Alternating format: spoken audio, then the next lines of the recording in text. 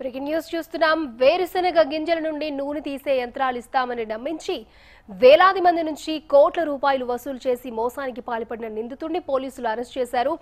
Chairman Srikanth ను రాచకొండ పోలీసులు arrest చేశారు. ప్రజలను నమ్మించి కోట్లాది రూపాయల డిపాజిట్లు వసూలు చేసి బోర్డు తిప్పేసిన green gold biotech MD Srikanth ను అదుపులోకి తీసుకుని విచారిస్తున్నారు.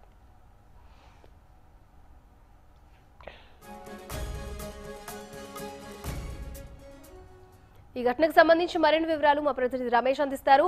రమేష్, చెప్పండి, ఈ ఘటనకు సంబంధించి మీ దగ్గర ఉన్న అప్డేట్స్.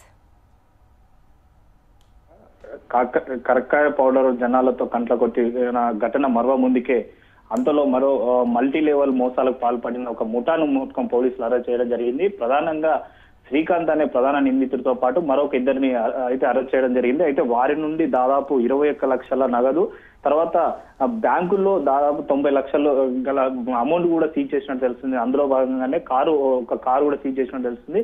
అయితే ప్రజలను మోసాలు చేస్తూ పాల్పడిన శ్రీకాంత్ అయితే గతంలో కూడా మైల్ లైఫ్ అనేది చెప్పి ఒక మల్టీ లెవెల్ ఒక సంస్థను స్థాపించి ఆ సంస్థ నుంచి వేల కోట్ల రూపాయలు కూడా స్కామ్ చేయడం కూడా జరిగింది. హైదరాబాద్ లో ఇది గోల్నాకల్లోని తర్వాత గ్రీన్ ల్యాండ్ బయోటెక్ పేరుతో ఒక సంస్థను ప్రారంభించడం జరిగింది. అయితే రూపాయికు 4 రూపాయలు వస్తాయని చెప్పి ఒక బ్రహ్మాండమైన వ్యాపారం అని చెప్పి కూడా ప్రజలకు కూడా చెప్పడం జరిగింది. అయితే మీరు 1 లక్ష రూపాయలు కడితే మీకు తిరిగి 4 లక్షల రూపాయలు వస్తాయని చెప్పి ప్రజలను నమ్ముబలికి ఒక నూనె తీసే విధంగా ఒక మిషన్ కూడా కొనిపిస్తా అని చెప్పి, పల్లీల నుంచి నూనె తీసే మిషన్ కొనిపిస్తా అని చెప్పి అలా కొందరు మందికి అయితే మిషన్లు కూడా ఇవ్వడం జరిగింది. అందులో భాగంగానే తర్వాత ఎవరైతే ఎక్కువగా డబ్బులు కట్టిస్తారో వారికి, తర్వాత నూనె మిషన్ కానీ ఎవరు కానీ ఎక్కువగానే కొనిపిస్తే వారికి ఆ విహారయాత్రలు విదేశ పర్యటనలు ఉంటాయి అని చెప్పి కూడా ఆ శ్రీకాంత్ ఏదైతే కొలీగ్స్ ఎంప్లాయీస్ ఉంటారో వాళ్ళ నుంచి కూడా ప్రజల నుంచి డబ్బు ఎక్కువగా దండుకునే ప్రయత్నం కూడా చేయడం జరిగింది.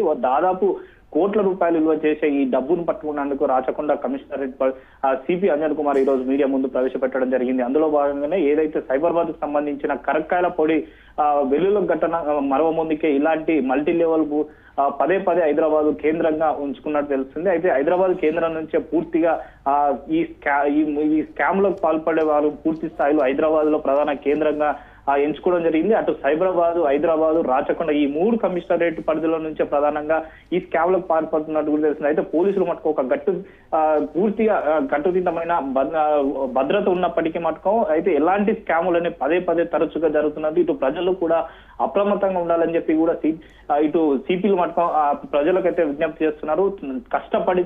కష్టపడితేనే డబ్బులు వస్తాయి, కానీ వృద్ధాగా డబ్బులు వచ్చేవి ఎన్ని రోజులు ఉండవు అని చెప్పి కూడా ఇటు ప్రజలకు కూడా పోలీస్ అధికారులు కూడా సూచిస్తున్నారు.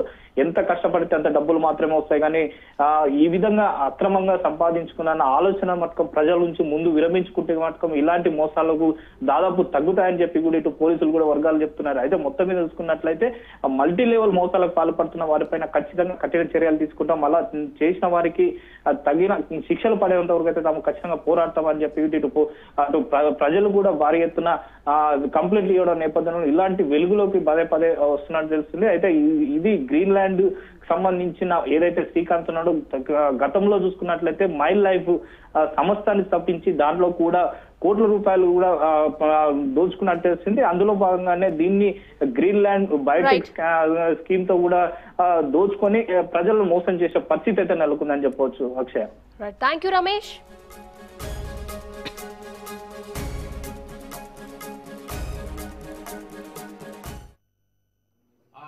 ఇన్ఫర్మేషన్ తో డీసీపీ గారు ఆధ్వర్యంలో ఏసీపీ గారు, Uppal inspector, additional inspector team మొత్తం అక్కడ దాడి చేస్తే ఈ ఎవరు నడిపిస్తున్నారు ఆ అక్యూజ్, ఆయన పేరు ఒరిజినల్ పేరు జిన్నా శ్రీకాంత్, ఇంకా చాలా పేరు ఉన్నాయి. జిన్నా కంతయ్య, జిన్నా కాంతి, జిన్నా విశ్వసాయి శ్రీకాంత్, విశ్వకాంత్, జిన్నా శ్రీకాంత్ రెడ్డి, రకరకాల పేరు ఉన్నాయి. ఈయన పాత నేరస్తులు 2000 సంవత్సరం నుంచి నిజామాబాద్ ముందు, తర్వాత ఇక్కడ హైదరాబాద్,